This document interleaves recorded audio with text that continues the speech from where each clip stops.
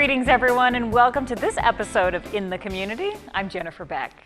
Today, we're diving into a topic we've never discussed before on this show. In fact, I think this might be the first time in my more than 30-year career in television that I have done an interview on this topic, and that's not good. This topic needs awareness, and today we're making that happen. The topic is marital abuse. Perhaps you know someone who has been or is in an abusive marriage or other abusive relationship. We're talking physical abuse, verbal abuse, and mental abuse. My guest, Romana Kieti, unfortunately has too much experience with all three of those. But she escaped, and today she is helping other women break free from abuse and recover. Much of that recovery is mental. Romana gives God all the glory for saving her life and now allowing her to be an outreach for others. Romana Kieti is the author of Scars of Matrimony, Tina's Story of Hope and Despair, and the 31 Daily Devotions for Women on the Path to Healing and Abuse. I am looking forward to this conversation. I just finished the book a couple days ago. This story gripped me. Romana, so let's start out by talking about the book focuses on a woman named Tina.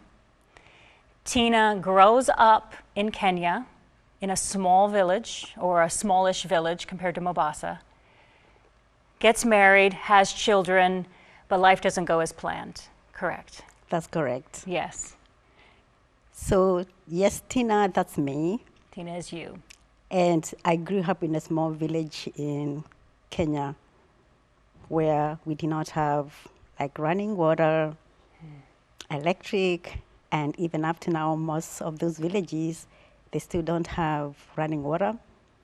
But we were really happy children. We played around with boys, with girls. We go climbing trees. We make our own dolls. And life was good. I grew up in village. I went to school also in the same village. So I didn't know about city life. And our parents did not really talk to us about boys, girls. We used to go to church, yes, every Sunday. We go to Sunday school. The Word of God is preached to us. We knew there's evil. We know there's good. If you do good, you belong to God. If you do evil stuff, you belong to the devil himself. So growing up, we did not have this education or parents talking to us about dating. Like, it's kind of a taboo, even up to now. Parents to talk about sex and all that, to guide us through, those stages of when you want to get married, what can you do? What are you supposed to do? So the little we knew is from what we learned in school, in biology class, from our teachers. And that was about it. That was about it. Yeah. So you grew up, you did well in school, and the book, just to say again, okay, first of all, I'm just gonna, before we even get any further, this is an incredible book. This book gripped my heart, and the information is going on the screen for how you can purchase it. But the story is about a woman named Tina. But when you read this is a real life story. And we are talking to Tina today, though her real name is Romana. So you did well in school. It gave you educational opportunities, which provided you a new opportunity to get out of your village and to get into a larger city, which is where you then met your husband. Yes, so after high school, my dad tells me, can you apply to this college? And then he had circled, it was a secretarial college. For some reason, they never taught us in school the careers we can choose to do. So you finish school without an idea, what am I going to do tomorrow? So I'm at home waiting for the results. Then my father gives me this ad. He had circled it. He said, oh, you can apply to this college. So I took the paper, I read, I asked him, Father, what is a secretary? What do they do? He told me they type letters and they answer phones. So that was kind of... You probably didn't have a phone where you No. were. You probably didn't have a phone or a typewriter. Nope, I'd never seen a phone. The only typewriter I'd seen was when I was in high school, and that was for the secretary. That's a manual one where you are just typing. There were no electrical typewriters then. So he told me, yeah, you're going to be typing letters and answering phone calls. Okay. So I applied. I continued staying at home in the village with my parents until I got a mail. The mail, you have to go to the village post office to pick it, and the mail person sends word to your home, like, hey, you have a letter, you need to come pick it. So there was a letter. I was invited to attend Kenya Government Secretarial College, which was a great college, and they used to pay us like monthly, like a stipend, so we can have like pocket money, and we also have fare for paying the buses when you go there. And it was paid by the government, which was good. Then after finishing, they will post you, they decide where you go. So I was posted to another city, that's Mombasa. And that's where I came to meet Sam, who is in this book. So in this book, we have Tina and Sam. Tina marries Sam. Yes. That's how I met Sam, who was to be my future husband. And it's like, I just started dating him. I don't have a lot of knowledge about boys because, again, nobody talks to you about this. And that's why I've taken so much time. I started talking to my children when they were so young about everything, minus nothing. Right. And I will spend time with each one of them separately. Like when they were about 13, I go out for lunch. We just talk. I tell them, ask me questions, anything you want to know. Because I didn't have that knowledge. And I believe I was telling them it's the Holy Spirit then, though I was not saved. But I told them about their bodies, about dating, and all these things. Such important things. Yeah, they're so important. Yes, and it is something that still, I believe, parents probably are not spending enough time talking with their children about. Yeah. Yeah, they are not. They are not, and especially our culture, the African culture is too laid back. So you find most of these things, they are not telling children, that we know they're so, so important. And it's the same thing like divorce. You find this is something they don't speak much about. You find people are suffering quietly because, again, they don't want to talk. And I don't think it's only in Africa. The more I travel, I've traveled a lot, and I talk to women, it's like they're not talking about these things. So you mentioned suffering quietly.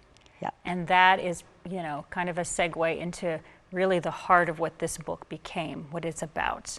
You read this and you get the story of Tina's life, growing up, meeting Sam, marrying Sam, but then things change. And that's why this is called Scars of Matrimony, because he was an abusive man. And then Tina, Romana, got stuck in that life with children and stuck in that world. Yeah. Yeah. So I'm in this marriage, and the society, nobody talks about it. So suffering quietly, and it's happening now everywhere, because still the society treats with women with stigma. They are blamed so many times. And during my talks, I tell them, hey, stop blaming these women. They did not choose to be abused. They entered into this marriage for the right reasons. Right. For me, I got pregnant. And the society still dictates, kinda, hey, you need to have a husband before you can have a baby. Don't have a child outside the wedlock. Nobody forced me to do that, not my parents. I didn't even tell them. When I found out I was pregnant, I talked with Sam. and we decided to get married. I should not have gotten married because you don't have to get married because you have a child. Get married for the right reasons. Get married for the right reasons. Yes. Yes. So I get married, and I should have seen those signs when we were dating, but I didn't know what I should be looking for. And this is the same thing that's happening to our girls now, because they don't know the red flags. The red flags, yes. He was very jealous, so possessive. He doesn't want me to go anywhere. He doesn't want me to spend time with my family or friends. He picks the clothes I wear. Sometimes I wear a dress and he says, no, that is not a right dress. Or a hairstyle, according to his choice. He monitors the money, what I'm spending. Those are red flags, which I should have seen then. But I didn't know what I'm looking for. I was so young. I just want my child to have a father and has to live in the same house. So I decided to reach out to my parents and tell them we are getting married, we are coming home, and then we started those plans to get married. So you did get married. You had 3 more children, 4 children. So now you're in a household raising children, and things are not getting better with the marriage, but you have 4 children to take care of. And so you were making choices that you believed would be best for them. I did, because after now we got married, I had my daughter, and the other 4 children came pretty fast. So actually the first abuse was when my daughter was 6 months old. 6 months old. Yes. But again, I was so young. I didn't even tell my parents about that. My sister, she learned about that because I went to her house after he wouldn't open the door for me, after I'd gone to the movies with her. That's how she learned about it, and her husband, my brother-in-law, because he's the one who brought me home the following day, because my husband would let me in. It's in the book, by the way. You can read about this in the book. Yes. Yeah. So because I forced myself to go into the house, he slapped me. He slapped you. Yeah, so hard. And then the slap sent me reeling back because it was so painful. But my nanny, that girl, I don't know where she is. I've been trying to look for her. So courageous, she just jumped in between me and him. She's still holding my child. And he got so mad. He told her, get out of my way if you still want your job. That girl did not move. So he's raising his hand to slap me again. The girl stays there. So he walked away, started cursing. But then I should have walked away.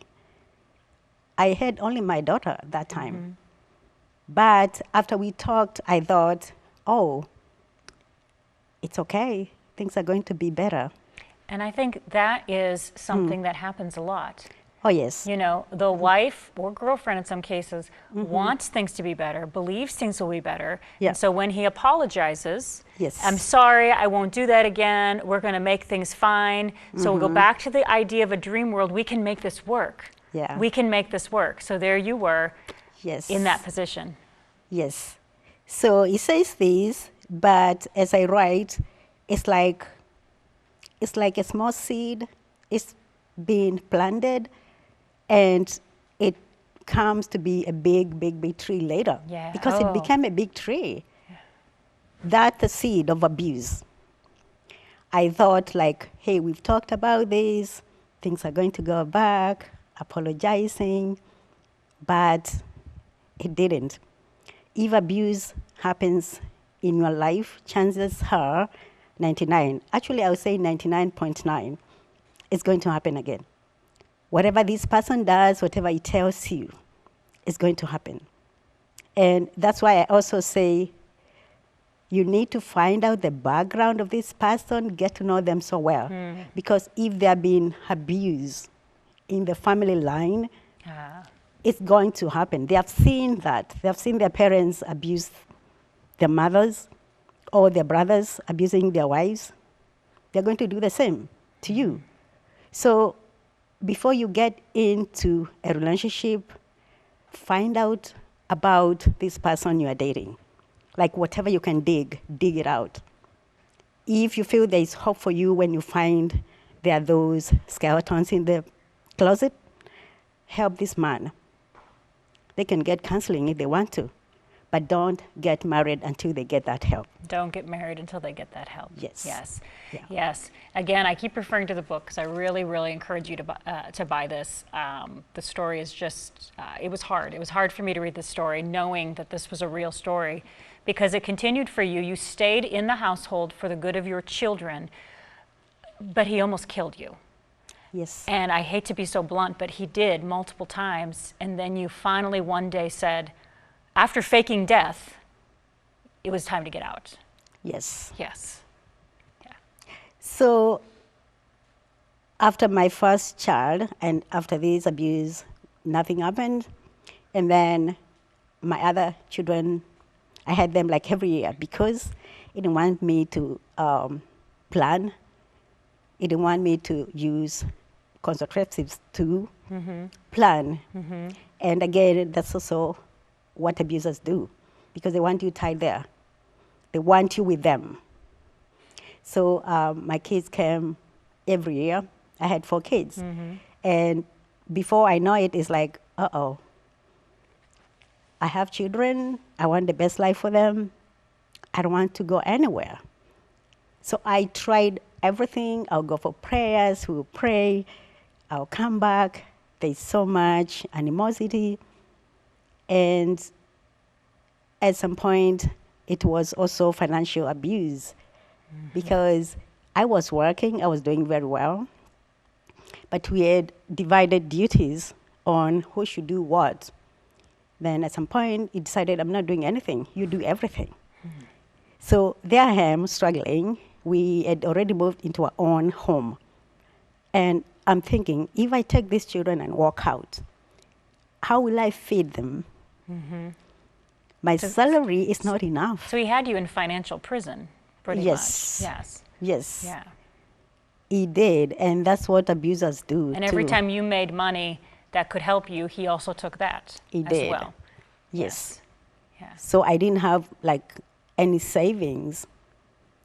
It just became a cycle of abuse, emotional, physical, psychological, and at some point, sexual abuse. Yeah. Because Yeah. But eventually That's you had to walk away from your children, which we haven't talked. I'm sure you still have a relationship with them, but you had to make the decision to physically leave for the safety of yourself, and you fled. It got to that point where you had to flee. Yeah. Oh, so my children, during all this time, I'm thinking, I need to leave. I need to do ABC. But my children, I don't want to leave my children there. Right. And this right. time, there was a mistress involved. And I knew if I leave these children, if they're so young, they're going to get mistreated. So in my mind is, okay, you know what? I'm going to wait until at least my young child is 18 years before I leave. Yeah, your mother heart was right there for your children. Yeah. Yeah, but that's not wise. That's what I'm telling anybody who is listening. Because that time I could have died, and if I die, how do I take care of these children? Like, we all know deep inside if things are going to change. If you feel things are not changing, seek help, but seek it away. Like, walk away. Walk away. Walk away and seek help from a distance. I waited, but actually I left when my daughter was 17 years, my youngest child. She'd just gone to a boarding school. The others were in boarding school. My firstborn was in college, but a day scholar, so she was going and coming back. The other 3 were in boarding school. but I knew this is a time because he was an ex-Navy person. It's interesting because all the years we lived together, I never thought him about as a soldier. But that day he tells me I'm trained to kill. Yeah. This is the first time. Yeah, she married a soldier. Yeah. This is a soldier. I'm trained to kill. And he told me I can kill you like a chicken. And it's like, you look at the person's eyes and you are in danger. Yes. You are in danger. So we still have a few more minutes left available, but I don't want to miss talking about these other things too. So again, I don't think I have made this recommendation this many times about any book that I have ever read and I've interviewed here on, but I really recommend this. I really recommend you purchase this book. Information on where to get it is on the screen, because it is a real story, but it is also a story of victory because she is sitting here next to me talking today. She fled to Dubai. She was in Dubai, made it to the United States. Here she is. God had a plan throughout every bit of it. And so you've written a second part, and you have also started, you're working on starting a rescue center. So let's quickly talk about the 31 daily devotions for women on the path to healing from abuse, because it's one thing to read about the story, but then there's the recovery. It isn't like you simply fled and everything was fine. You had undergone trauma for so many years that it is incomprehensible for me to even understand what it took to heal from all of that, and probably still is healing. Yes. So the scars of matrimony, why I called it the scars of matrimony, the scars are always going to be there. Yes. When you have a wound, the wound will heal, but the scar, it will stay there. I have scars I got many years ago when I was riding a bike. They're still there. So the scars in our marriage, whatever happened, they'll be there. But let them be a reminder of where you are and where you are going. Let them be a reminder of how you can help someone else. Because if I'm here talking to you, Jennifer, it's by the grace of God. Use that pain into a testimony and a purpose to help other people. And the more I'm talking about this book and my experience, the more I'm healing. The more you're healing. Yes. The more you're healing, yes. And again, as I told you before, I never wanted to write this book. I'd been writing and just saving that in my computer, but I felt God telling me, you need to share this experience to encourage and help other women in abusive relationships. And I resisted for so long.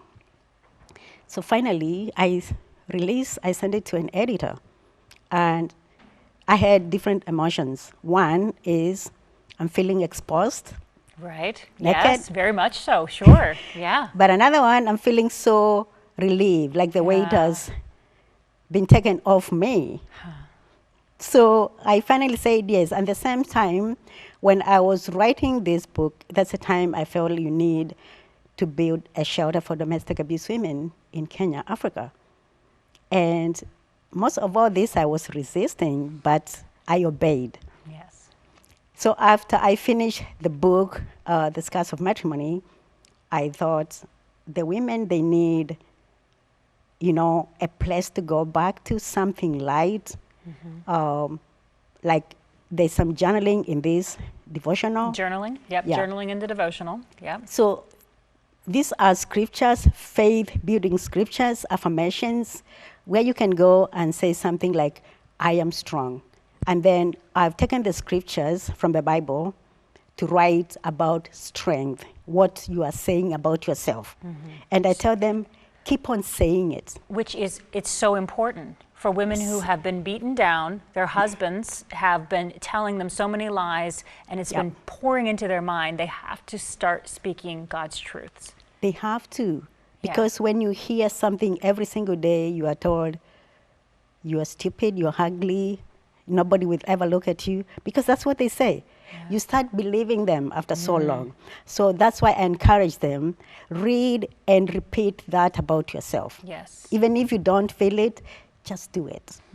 Trust in God. So this is the side part. This is the story, Scars of Matrimony. Then there are the 31 daily devotions for women on the path to healing from abuse. And to be truthful, I think that this could be valuable for anybody, even if you haven't been in an abusive marriage. I think that the things that are in here could build up God's truths into so many women. I am victorious, day 6. Day 7, I am favored and destined for greatness. Day 9, I am safe. I mean, and that's just the title of it. But then Romana has all of the scriptures and things and journaling opportunities to go through it as well. Which is, this is your journal. That's your big journal right there. Yes, it is. It is, yes. Yeah. So tell me, we only have like 1.5 minutes left in the show, but tell me about the Hope Anew Rescue Center and what that is going to become. Okay. You mentioned it in Kenya, but you have formed something that people can donate to, or how can they get involved? So Hope Anew Rescue Center, it's already a non-profit organization registered, and it's for building shelters to help women who are in abusive relationships and their children. And in that shelter, we'll have somewhere to teach them skills and give them some little money to start income-generating businesses so they can support their children and get out of these abusive relationships, because that's why they're staying there. They cannot support themselves and the children. So it is through the website, Hope Anew Rescue Center. There's a website and a link on where people who want to support these projects can donate through PayPal, or some they reach out to me. I give them ways on how to help fund this project. I've been knocking doors of churches, of people. I was just going to ask, are you willing to talk at churches? Are you interested in that kind of thing? Yes. I'm willing to do that. Okay. So I've talked to a few pastors here and there, and I want to talk to as many people as I can to make this dream come true. All right. Well, unfortunately, we are out of time. I would love to continue talking a long time, but maybe your church would like to have Romana come, share her story, talk more about the Rescue Center. Remember, if you know people, or even if you are in a relationship, not married yet, check things out. Ask God to guide you. Don't ignore the red flags. If you are already in a marriage and it is abusive, Romana says, don't stay there for the sake of whatever. You are valuable and you are important. That's right. Yes. All right. Again, unfortunately, we are out of time. Scars of Matrimony is the book. Call me if you cannot figure out how to get a hold of Romana, but all the information to connect with her is also here on the screen. Thank you. Thank you so much. Thank you so much. Thank you for being here, and thank you also for being willing to be vulnerable, share your story to help other people. Thank you. It was a pleasure. Once again, you can purchase Romana's book as well as her 31-day devotional through her website, romanakieti.com. There you can also learn about the nonprofit organization she has founded with a goal of supporting women in her home country of Kenya, as well as anywhere God would lead. Romana is amazing. Her story is gripping and difficult, but God gave her amazing strength to survive and the tools for recovery. The message she brings is one of life in Jesus. Again, the website is romanakieti.com to learn about her or buy her book. Also visit hoperescuecenter.org for more information on how financial donations are being used to help women who have been in similar abuse situations. And as always, you can contact me right here at TV44 for more information. Well, that's all the time we have for today. I'm Jennifer Beck. Thanks for watching this episode of In the Community.